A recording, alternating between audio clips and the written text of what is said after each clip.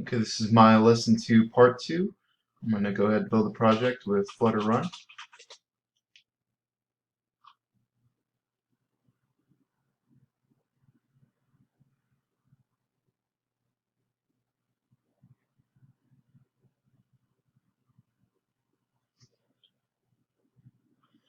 Okay, for this project we added the form demo and the profile demo. I'm going to go ahead and start with the profile demo.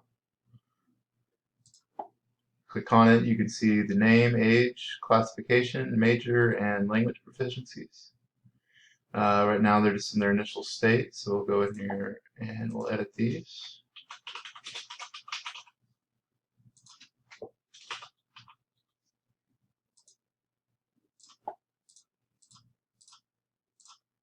And after we've edited them, we can save. And as you can see, the profile page will update. And to show the error handling that we're passing a clone of the object, not the reference, I'll change a few things here.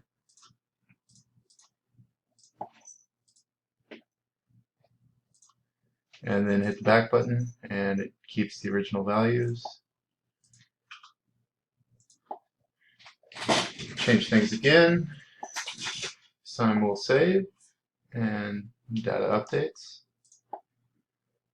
Okay, for the form demo, we have an email and password screen. So type an email.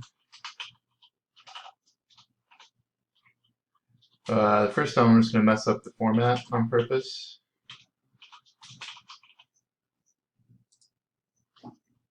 And enter an incorrect password. You see that we get error messages, so if we go ahead and correct that, let's type in password, try to sign in. See that the password's incorrect.